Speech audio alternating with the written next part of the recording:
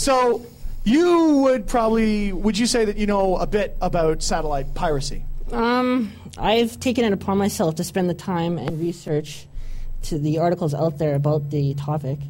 And I don't really call it piracy. I call it it's wisdom. You know, it's like a game. Really? Yeah.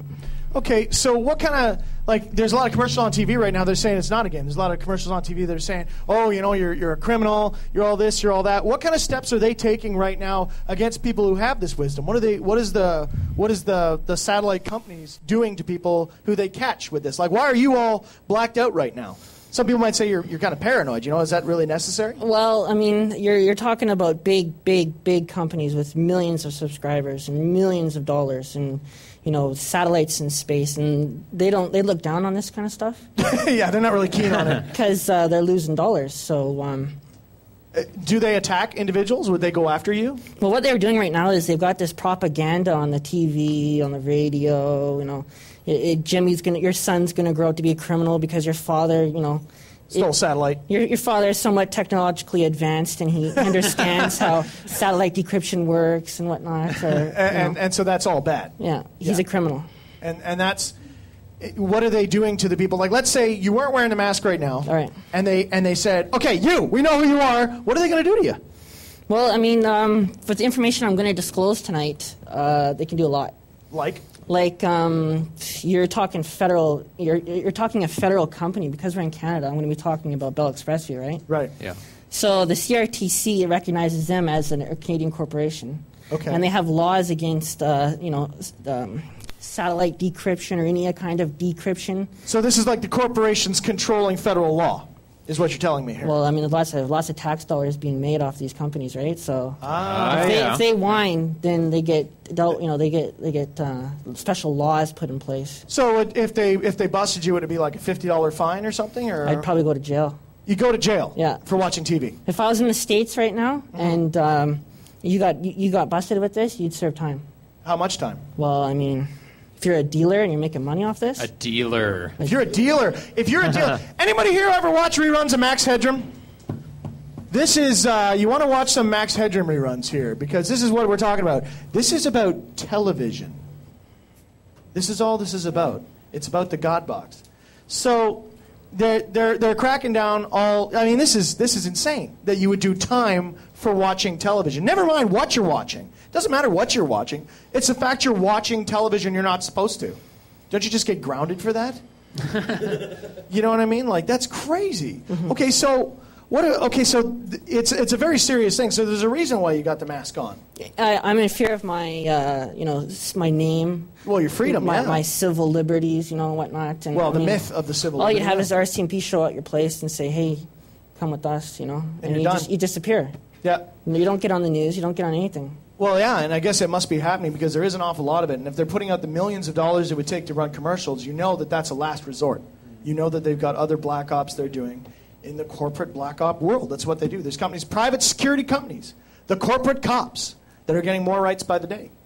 So let's talk about your actual equipment. Let's go into the tickle trunk here and see what you got. Equipment. Yeah. It's always fun. Yeah, we actually got the good stuff. So we'll get my cord off of there. We'll get the camera in here nice and close. So is any of this stuff illegal that you're going to bring out? Yeah. Yeah? Yeah. Wow. We're getting into that. Yeah. Well, actually, it's pretty funny that if you put wires together in a certain way, it's illegal. You're not authorized. That really, really frightens me. That I can assemble a couple of diodes, and now it's considered illegal. It's not a weapon. You're not hurting anyone, yet you will go to jail for it. That doesn't make sense. And give me a break. The media industry is concerned about your children growing up to be criminals? The same people who feed your kid 10,000 murders by the time they're 12? And they're concerned about your kids being a murderer? Give me a break. So what are we looking at here? What is this thing? Okay, this is a Bell Expressview 2700 model receiver. It's an older one. Okay.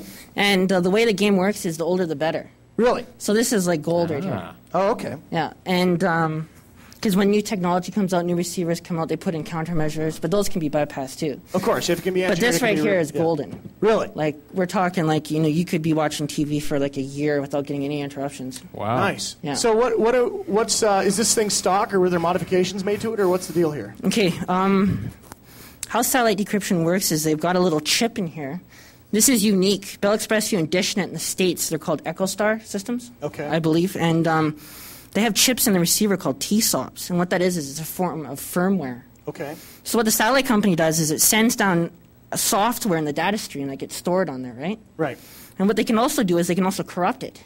Okay. And that's one of their countermeasures. It's called an ECM.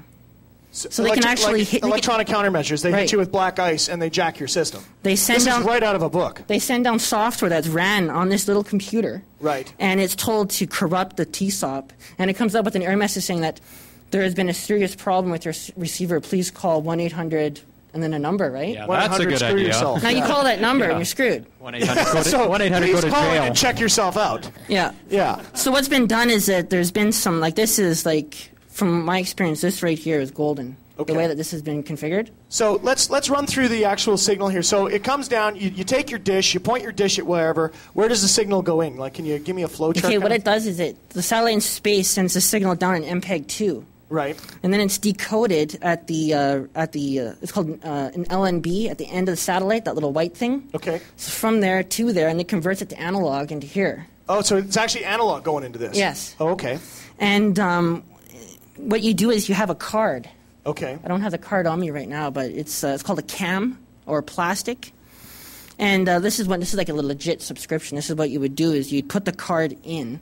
Now that card has a unique ID on it. It's called a CAM ID. That's like a MAC address for. That's right. Yeah. Okay. And so does this receiver. Oh, I see. So that's well. actually hard coded. That's got like hard coded information in that can be tracked. Well, it's basically like an IP address. Okay. Okay. And buried deep inside here is a thing called a box key. Okay. Now, what's that's used for is it's used to decrypt help decrypt the signal. So right. It's a unique, about 24-character number and letters that's assigned to each receiver. So this is pretty advanced. Oh, this is this is like this is the upper echelon of hacking. So what you have in here is you have where's the bottom of the key? You see the bottom right here? Oh, yeah. You see those little silver dots? little switches there, yeah? This is how you communicate to this board through your computer. Right. And what you use is you use a device called a JTAG. Right. And with the JTAG, you can just solder on about 8 pins on there, and you get an IDE cable, and you put it on, and you can put it into your computer. So this is like some hardcore wiring going on here. Well, not necessarily, not yet. And then wait for it. Wait for it. And then what you do is you get the box key through that, right. And you can also talk to that TSOP chip. Right. Is that something that was put on afterwards? That looks like a this board right here? Yeah. This is a TSOP lock. Ah, so that's a custom piece. So what's been done is there's been a project board here with little clips, with little chips. And you see the little strings of cable. Well, those are put onto certain particular traces on the board, on the motherboard. Wow. So what you do on the back here is you've got little switches.